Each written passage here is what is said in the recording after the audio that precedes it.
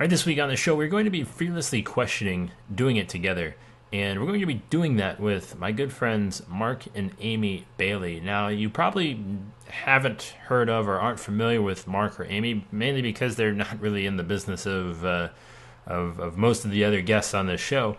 But they're my good friends. I've known Mark for a couple years now, and obviously, met his wife, through that acquaintance. And I initially met Mark out in Boston 2 years ago at HubSpot's Inbound 13 conference, and we originally met on Google Plus, and started kind of conversing because we are in the same industry. We have almost identical kind of stories, kind of background. He works in the insurance industry for his family's business that his grandfather started, and works for his dad. I work for my family's insurance agency, which my grandfather started, and now work for my dad. We're both named after our dad. We both have Junior at the end of our names. Very crazy. There are more similarities, which you will probably kind of get into in the live show itself. But have a ton in common with Mark, and so we became friends pretty quickly. And obviously, we're both fascinated with just marketing online and doing business online, and doing it for an industry that is traditionally not very good at it.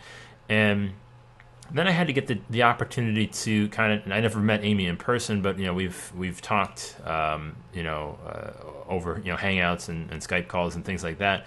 And we've had talks about what she's doing in her business, and she's a personal trainer. And I think about the time that we initially met ish, we kind of I was introduced to her, was she was transitioning out of, and you'll probably hear about this in the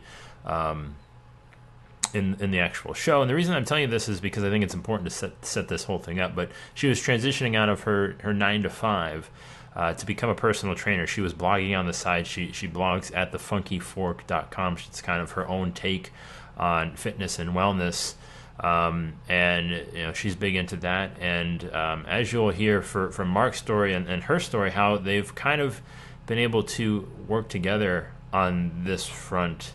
And the idea of doing things together, and what and why I wanted to talk with them about it, is because we're always trying new things. We're always trying to get things done, and we always want to make big changes. And part of the problem with those changes never coming to becoming reality is that we generally try and just lone wolf the thing, and we don't necessarily take into account all of the components to make it work. And one of the biggest components that I've found is having people truly and legitimately on board with what you're doing. And what I would like to call this, and this is going to be a show on its own at some point, I just need to get the guest that I want to have on to talk about it. The show, or the idea, what I call it, it's the idea of acceptance versus tolerance. And the show that I've got in my head is with Chase Reeves, one of the co-founders of Fizzle.co. And I asked him once, he didn't get back to me. So anybody knows Chase out there, feel free to bug him, send him a tweet, say, hey, you gotta come on Fearlessly Questioning. But it's that idea of acceptance versus tolerance. And so many times people think that they are accepting something, that I let you do this, or you can do that, or so on and so forth. But really, that they're just tolerating the action. They're just tolerating the habit. They're tolerating whatever it is that is happening. Where true acceptance is, yeah, I let you do this, but I'm going to help you make sure that thing gets done because I'm going to do this. And to fully have that support, just to have that little bit of understanding to where that person can say, okay, well, I know that you need to get a workout in, so if this extra 5 minutes I can free up for you to make that happen, then I'm going to help you do that. As opposed to constantly being at odds and just kind of standing by and letting it happen on its own without any sort of support or anything like that. So that's the very dangerous concept that kind of goes hand in hand with doing it together. And that's why I think a lot of us struggle with these things. And even more importantly, we don't want to admit, or I guess give enough credit to the right people as far as who we need support from. Maybe it's just me, maybe I'm wrong, but Obviously, and the reason I chose Mark and Amy is because they are married and they are doing, this together in support with one another. And it is, we're going to primarily center this around, the whole health and fitness and that approach. But there are going to be some business implications as well, as, Mark and Amy also kind of rely on each other in that standpoint where, Mark helps Amy market and things like that with her business over on the Funky Fork and some of her personal training and things like that. But, oftentimes there is one person in that relationship, whether this is professional or personal, mostly personal, but let's just take the fitness thing as an example, that is really the driving force behind it. That is the person that is interested, passionate, and motivated about it. And that's the person that, that struggles. I don't want to say struggles, but it's just, again, they have somebody that's either tolerating it or maybe not tolerating it.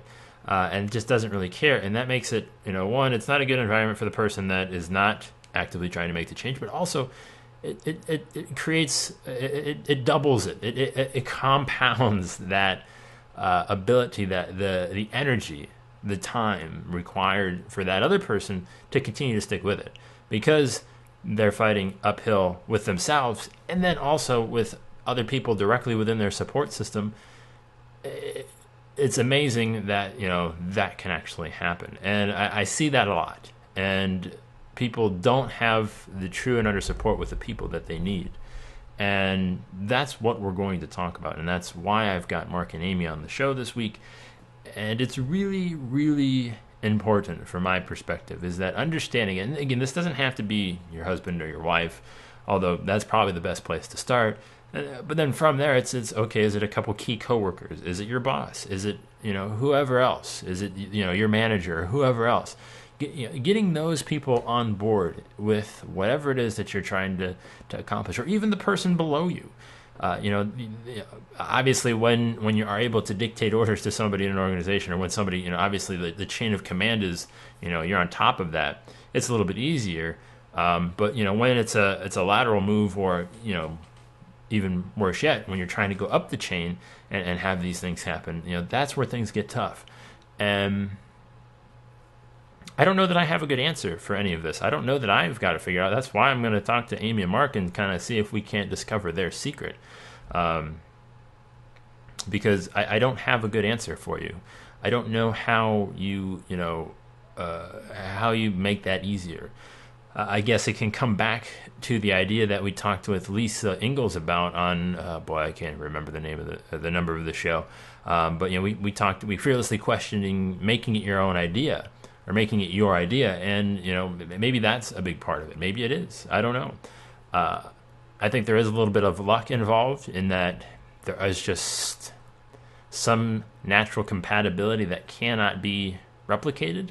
And if you are lucky enough to find yourself in that position, you're going to want to take full advantage of it. But then even if you're not, there's probably things that you can do, and that's what we're going to get into.